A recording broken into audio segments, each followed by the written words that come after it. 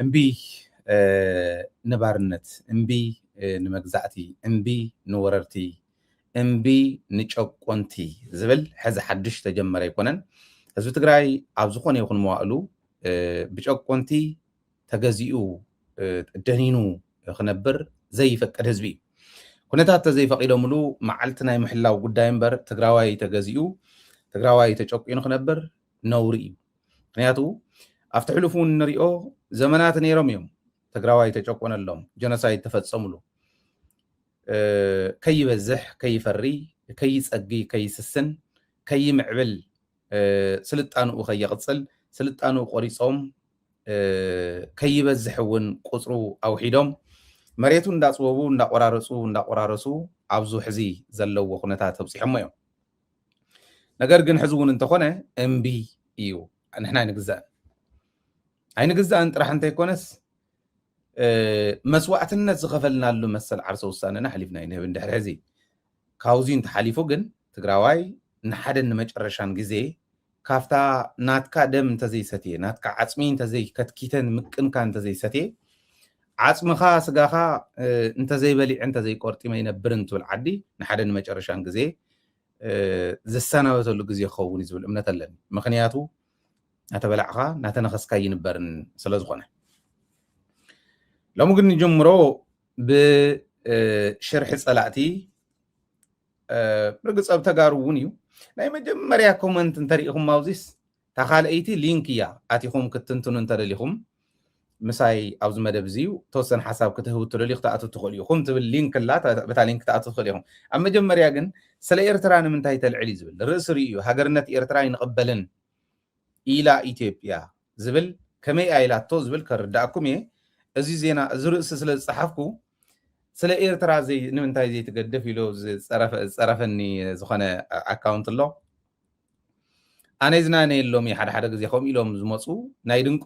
ድንቁርንኦም ጫፍ ስለ ዝረኣየኒ የዝናነየሎም ሓደ ሓደ ግዜ ስሕቅ ኣቢለ ፈገግ ኢለ እየ ዝኣቱ ንምንታይ ሓደ ንሕና ተጋሩ ኢና ጎረቤት ኤርትራ ኢና ንሕና ተጋሩ ኢና ንኤርትራውያን ንመስል ብመልክዕ ብቋንቋ ብባህሊ ንሕና ተጋሩ ኢና ዝቀረብና ሓቶም ንሕና ኢና ንሕና ተጋሩ ኢና ቀረባ ንኤርትራ ጎረቤት ኢና ናይ ኤርትራ ጉዳይ ይምልከተናን ፈረቓን እዩ ቁፅሪ 2 ናይ ኤርትራ ጉዳይ ይምልከተናን ፈረቓን ምክንያቱ ሓቢርና ፀላእትና ክንምክት ንኸይድ ስለ ዘለና ናይ ሓባር ፀላእት ኣለውና ናይ ሓባር ፀላእትና ሓቢርና ክንምክት ኢና ብንብለሉ እዋን ናይ ኤርትራ ጉዳይ ኣነ ክንደይ ናይ ዝኣክል ደናቁር ምዃኖም ሓደ ሓዲኦም ዘርእየኒ ግን እቲ ፅቡቕ ነገሩ ህዝቢ ኤርትራ ብደንብ ተረዲእዎ ስለዝኾነ ህዝቢ ትግራይ እውን ብደንብ ተረዲእዎ ስለዝኾነ ብዙሕ ይግድሰንን ማለት እዩ እቶም ከምኡ ዝብሉ ንፈገግታ ግን ይሽትላን እንተለዓልና እዮም ፅቡቕ ኢለ ኤኒዌይ እቲ ትሪእዎ ዘለኹም ርእሲ ስኢሉ ብቐሊሉ ኣብ ሶሻል ሚድያ ትሪእዎ ጥራሕ ኣይኮነን ከምኡ ኣይኮነን መንግስታዊ ፕላን ወፂሉ ሕዚ ኢና ረኺብናዮ ማለት ንሕልፍ ነርና እንዲና እከለኸም ዝበለ ፕራይም ሚኒስተር ናይ ኢትዮጵያ እውን ክዛረብ ከሎ ፕራይም ሚኒስተር ደረጃ ከምዚ ኢሎም ኢልና ንሕልፍ ኢና ሳህለ ወርቅ ዘውዴ ፕሬዚዳንት ኣብ ዝነበረትሉ እዋን ክትሕልፍ ከላ ብፕሬዚዳንት ደረጃ ከምዚ ኢሎም ንብል ኢና ታየ ህዝቀ ስላሴ ሰሙን ክዛረብ ከለውን ከምኡ ሚኒስትራቶም ክዛረቡ ከምኡ ካልኦት እውን ከምኡ ሕዚ ኣብነታት ኣለውና እዮም እንታይ ይብሉ ዝብል ሕዚ ባሕሪ ኣይኮነን ትሕቶ ባሕሪ ወደብ ክንረክብ ኣይኮነን እቲ ሕቶ ኤርትራ ዝኸደትሉ መንገዲ ብምሉእነት ሃገር ዝኾነት ዓዲ ኣይኮነትን ሓደ ክልተ ሰለስተ ኢሎም ዘርዚሮም ዘረድኡ ምሁራን ነቕምጥ እቶም ምሁራን ነቲ ካቢኔ ሚኒስትራትን ንናይ ክልቲኡ ቤት ምኽሪ ኣፈጉባኤታት ከምኡ እውን ዝተፈላለዩ ይምልከቶም እዩ ዝበልዎም ግለሰባትን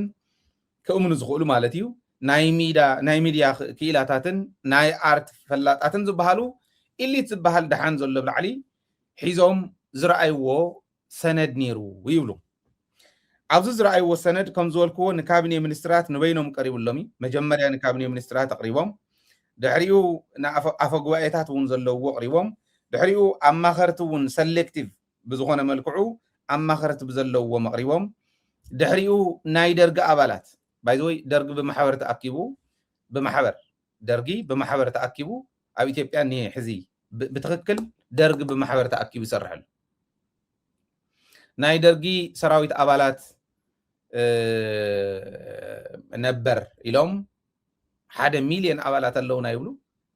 1 مليون أكل ناي سراويت أبالات استروفوا مالتي كابناي إرتران كابناي تجراين ጥይት ዘምለጡ 1 ሚሊዮን ዝኣክል ናይ ደርጊ ናይ ሰራዊት ኣባላት ማሕበር ዝበሃሉ 361 ቅርንጫፍ ኣለና ይብለው ኢትዮጵያ ቅርንጫፍ ቢሮ ኢማጂን ተን ባንክታት እውን ክንዱ ዘለዎን ይመስለኒ ደርጊ ርእሰ ቅኒዑ ብትክክል ኣብ ኢትዮጵያ ስራሕ ይሰርሕ ኣሎ ስለዚ ናይ ደርጊ ተወከልቲ ቶም ሓለፍቲ ዝበሃሉ በዓልካ ያሳይ ጨመዳ ግዛዕምዛዕ ማለት እዩ እዚኦም እውን ዘለውዎ መድረክ ተፈጢሩ بميديا زي وصا سند ديفلوب غيروم مهران زبحالوتا فقدو يونايتد نيشنن امريكان كالين ناي ايثيوبيا غداي ناي بحر غداي اسكعلوم زلعل زنورو ام ميديا ون زفكرو زنورو زياتهم مصيوم كقربو استغبرلو مدرخ نيرو وإيد حدا هذه ارتراويان تحليهم ترجموا يا زياد حنتي هذينا زيايا ኤርትራውያን ተሃሊኹም ሕዚ ሓደ ግዜ ንምንታይ ኢና እንደጋግሞ ትብልይኹም ናይ ግድን ፕሮፓጋንዳኹም ይስራሕ ሒትናት ይመልሲ ምክንያቱ ብፍላይ ናይ ኢትዮጵያ ፕሮፓጋንዳ ከዓ ንስኻ ስኸብ ዝበልካሉ ክላ ግደፍዎም እንደዚኦም ገለልካ ስኸብ ዝበልካሉ እንዳደገሙ ከምታ ኩሉ ግዜ ዝብለኩም ናይ ኢትዮጵያ ናይ ፕሮፓጋንዳ ስልቲ ደርብያ ዘልዕላይ ትስእንን ደጋግማ ዝኣምናይ ትስእንን ስለዝኾነ እዚዩ ሒዞም ይኸዱ ስለዚ እንታይ ኢኻ ትገብር ዘይሰልችኻ ዕለታዊ ዝመፃ ነገራት ኩለን تملسن انتي تسلاشخات ملسن مالتي لذي سند ديفلوب تغيرلي after سند يبلو مجمريا ناب حزبي نوردو مجمريا ناب حزب نوردو اوبريشن قدم مكيادنا مجمريا ناب حزب نوردو اب كاريكولم كسفر كخللو ولدو خفلطو خللو ميدياتات كردو خللوم اكتيفيستس ناي ميديا سمويا ناي ميديا بستفعل ملكو مالت اونلاين ميديا فنو ميديا ناي برينت ميديا ون زياتهم بستفعل ملكو عير ايوه اناليسيس كريو خللوم لوبيستس كم قطرو لكم كللنا ناي مود داتا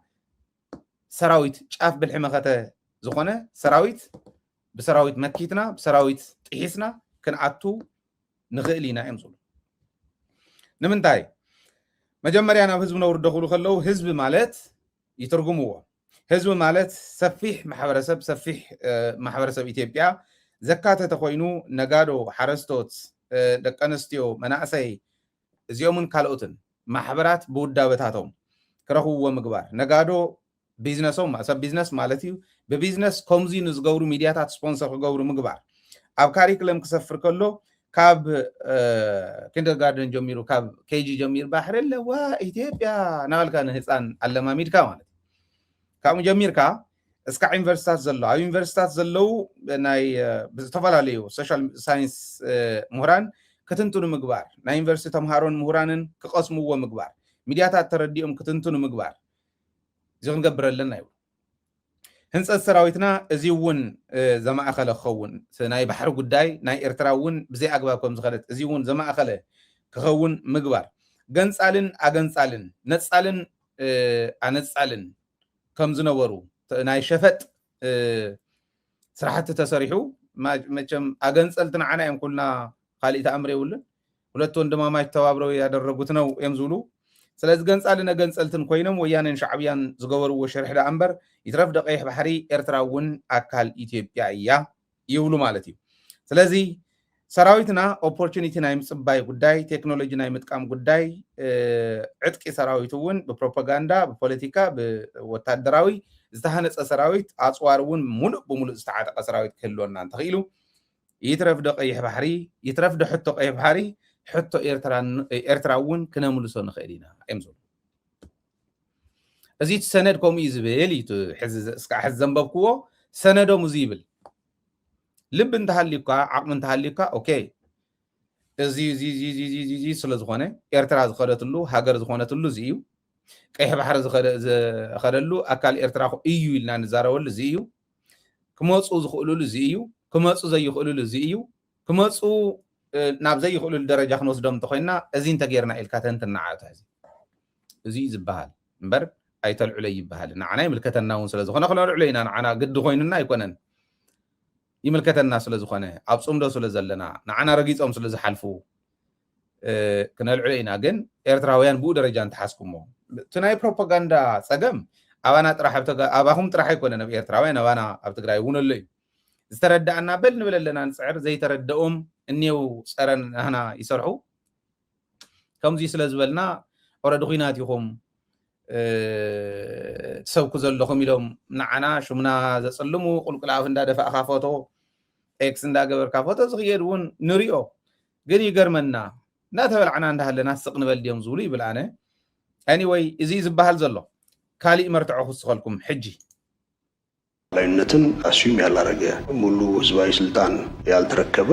በሽግግር ሂደት ውስጥ ያለ ስርዓት ነው። የኢትዮጵያ ህዝብ ይሁንታውን ሳይሰጥ ድምፅ ሳይሰጥ ሳይሳተፍ እድል ሳያገኝ መድረክ ሳያገኝ የባህር በር ኢትዮጵያ እንድታጣ የተደረገው ይሄ ግልጽ የሆነ የፖለቲካል ኮንስፓይሬሲ ነው፣ ሌላ ነገር አይደለም። ይሄ ሬክቲፋይ መደረግ መቻል አለበት።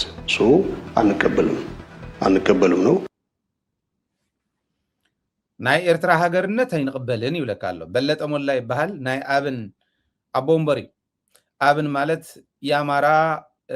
ብሔራዊ ንቅናቄ ማለት እዩ ናይ አምሓራ ፓርቲ እዩ ስለዚ አብን ናይ አምሓራ ፓርቲ ናይ ኤርትራ ሃገርነት ኣይንቅበልን ፓርቲ እዩ ፓርቲ ማለት ይወዳደር እዩ ኣብ ኢትዮጵያ ንፖለቲካዊ ስልጣን ዝወዳደር እዮም ስለዚህ እዚኣቶም ንኣብነት ዝኾነ ይኹን ምክንያት ኣብይ ኣሕመድ እኳ ስልጣን ዝህበ ይኮነን ግን ብዝኾነ ይኹን ምክንያት ናይ ኣብይ ኣሕመድ ስልጣን ዝቕበሉ እንድሕር ኮይኖም እዚኣቶም ኦልሬዲ ቀይሕ ባሕሪ ጥራሕ ኣይኮነን ዓሰብ ጥራሕ ኣይኮነን ናይ ኤርትራ ሃገርነት ኣይንቅበልን እዩ እዚ ማለት ናብ ወለዶ እናሕለፍዎ እንተኸይዶም ትፀገምታ ይመስለኩም ናብ ኤርትራ ኣትዮምስ ሃገርነት ኤርትራ ክሕድጉ እዮም ወይ ቀይሕ ባሕሪ ክሕድጉ እዮም ኣይኮነን ዝብል ዘሎ عقم خصوصا نخلو يقرفوه فتيوم ديوم قديفهم ما فتيوم يكونوا قديفهم ما نتقراي زي حازت إثيوبيا تواجي أيتفلتن نتقراي زي حازت إثيوبيا تواجي أشني فايتفلتن نتقراي بليعة تقراي ناس النتاي بتول الوان دحر حزي إثيوبيا يعني إرتراخت بالعاء يزول الأمنة يبلين يترفد تقراين إرتران بحد حبيرا مكيتن ኤርትራ በይና ትግራይ ዘይብሉ ኢትዮጵያ እንተዝኸዳ ናይ በሰሮ ግምል ጌራ ኣፈራሪሳት ፈረኽረኽ ዝብል ማለት እዩ ናይ በሰሮ ግምል ክትገብራ ነይራ ኣብ 7-8 ክትመቕላ ኤርትራ እምበር ትኽእላ እያ ክትወስደላ ኣይኮነን ዝብል ዘሎ ፕሮፓጋንዳ ግን ኩሉ ኢትዮጵያዊ ተሰሊፎምልኩም እንታይ ዝኾነ መስለኩም ولا كن دزمكتكم تمكتكم كن دزحيلكم تحيلكم مسواتነት تخفلوا ኤርትራውያን نحنا نعنا رقيصهم سلا زحلفوا نحنا ون سلا نغفل ኢና ንቃለስ ዘለና نحنا ውን ንፍለጦ ንረዳ እዩ ኤርትራውያን ግን let's say ፕሮፓጋንዳ ሰሪሕኩም ተትርፍዎ 1 ሚሊዮን ተነይሩ እቲ ዝመጽእ 2 ሚሊዮን ተኮይኑ ፕሮፓጋንዳ ብዘይ ምስራሕኩም 2 ሚሊዮን ኮይኑ ተመጽይኩም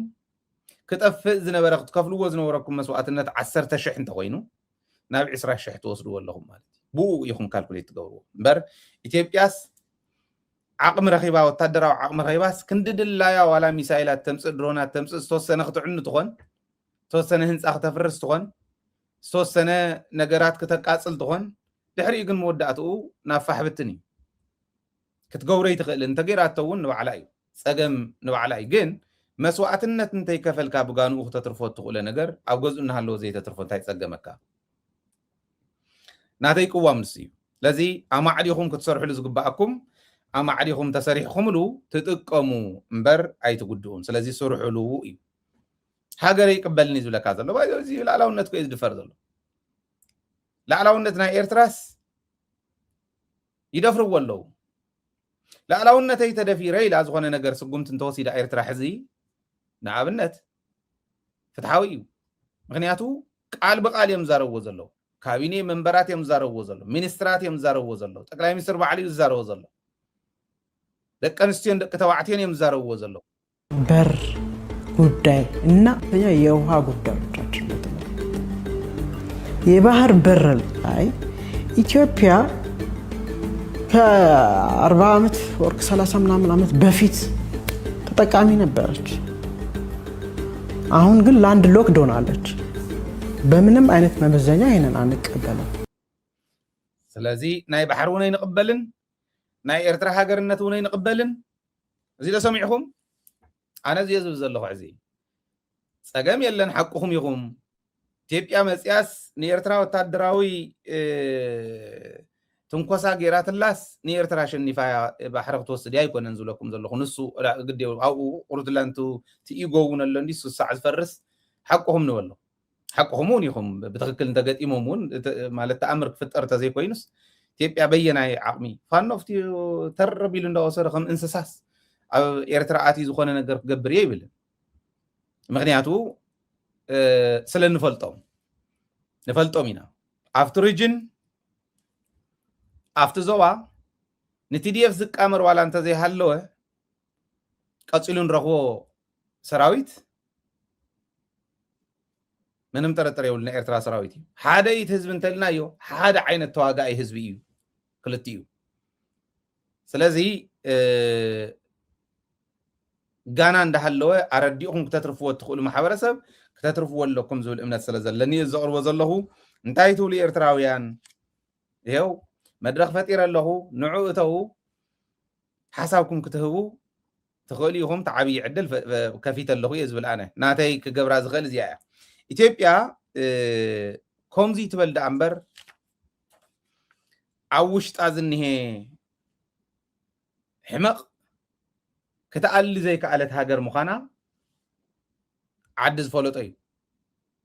ፀሓይ ዝወቕዖ ዓዲ ዝፈለጦ እዩ። ሃገር ያወቀው ፀሓይ የሞቀው ከም ዝብልዎ ባዕሎም ማለት እዩ። ኣብ ውሽጣ ዝኒሄ ሓዊ ኢትዮጵያስ በበየናይ መንገዲ ማሕለኻ በቲኻ እያ ክትመፅእ። ንፋኖ በበይ ምስ ሓለፈቶ፣ ንዓፋር በበይ ምስ ሓለፈቶ፣ ንትግራይ በበይ ምስ ሓለፈቶ፣ ብድሕሪኣ ዘለዉ ሰራዊት በበይ ገራ ምስ ገደፈቶም እያ እሞ መፅያ ንኤርትራ ክትወርር ክንብል ንኽእል ኢና። ትኽክል እዩ። እንተኮይኑ እውን ዋላ ኢትዮጵያ ንሳቶም ስለ ዝሓዝዋ ፋሕብትን እንተኢላ ኢትዮጵያ ብርግፅ ካብ ተወዲባ መፅያ ክትበልዓካ ቦትሕዚ ትብሎ ዘላቶን ባዕሎም እውን ስለ ዝበሉና ተጋሩ ጥራሕ እንተይኮነስ ምስ ታሪኾም ተጋሩን ታሪኾምን ጥራሕ እንተይኮነስ ንዕኦም ዝመስሉ ሰባትን ታሪኾምን እውን ክነጥፍኦም ኢና ከም ዝበሉና ንዓኹም እውን ከጥፍኡኹም እዮም ትዕድል እንተረኺቦም። ነገር ግን ፅምዶ ዝበሃል ፅቡቅ መድሓኒት ፅቡቅ ኪዩር ተዳልዩሎም ኣሎ። ፅምዶ ሕዚ ናተይ ሕቶ ነዚ እውን ዘልዓል ኩሉ ኩነታቶም እውን ትሰነድ ያው በዚ ደረጃ ይኮናን ክነልዕሉ ዕሪና ክንብትኖ ኢና ሰነድ ብሰነዱ በፂሕና ስለ ዘሎ ተዋና ከም ምእተው ተጠቐም ኩሉ ግን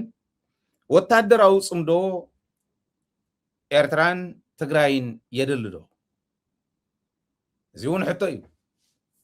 ንዓኹም ንተኸታተልቲ ተደሊኹም ብስልክ ከኣቲ እየ ዝብል ካብ ዓዲ ቴሌቭዥን ትከታተሉና ዘለኹም ስልክ ክንኣቱ ኢና እንተደሊኹም ኣብዚኣ ይኹን ኣብታ መጀመርያ ዘልዓልኩዋ ክትኣቱ ትኽእሉ ኢኹም። ክልተ ሰብ ክህብ ኣብዚ መደብ እዚ እኳ ሂብና ይንፈልጥን ኣብታ ናይ ቀትሪ መደብና ምስ ሚኪ ኢና ንህብ ግን ክህበኩም እዩ። ምክንያቱ ርእቶ ህዝቢ ምእካብ መደብ ከባኹም ናባኹም እውን ስለ ዝኾነ ፀገም የለን። ኣብዚ ግን ዓብዪ ዕድል እኒሄኩም እተው ሓሳብ ሃብሉ ብፍላይ ኤርትራውያን